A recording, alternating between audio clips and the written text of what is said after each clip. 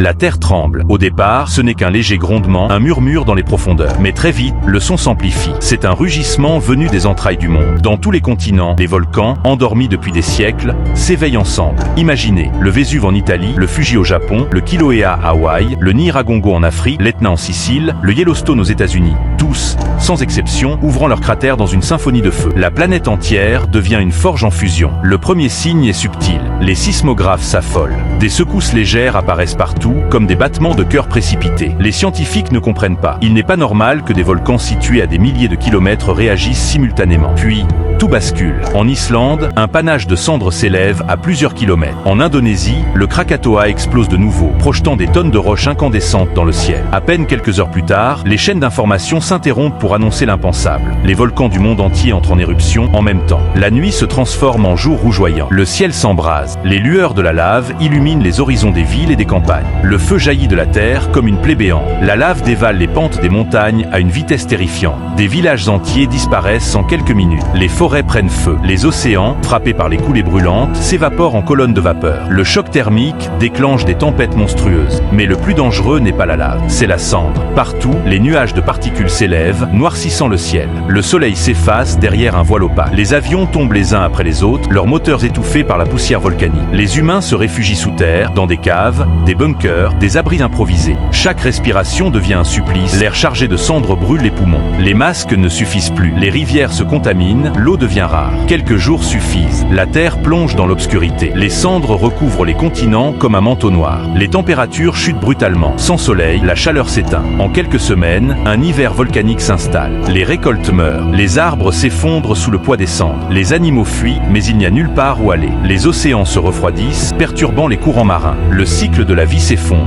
Les grandes villes s'éteignent les unes après les autres. New York, les survivants racontent à leurs enfants comment le monde était avant. Des rivières limpides, des forêts verdoyantes, des ciels bleus. Mais ces enfants, nés dans les ténèbres, peinent à imaginer une terre lumineuse. La planète respire encore, mais différemment. Elle s'est reconstruite à travers le chaos. Et l'humanité, si elle survit, devra apprendre à vivre dans ce nouvel enfer glacé. Les volcans, symboles de la puissance brute de la Terre, rappellent à l'homme sa fragilité. Nous croyons contrôler notre monde, bâtir des villes indestructibles, régner sur la nature. Mais il suffit d'un souffle de feu pour que tout s'effondre. Si les volcans s'éveillaient tous en même temps, l'humanité ne serait qu'une parenthèse, un souvenir. La Terre, elle, continuerait de brûler, de respirer, de renaître. Car la vérité est là. La planète n'a pas besoin de nous pour exister. Mais nous, sans elle, nous ne sommes rien.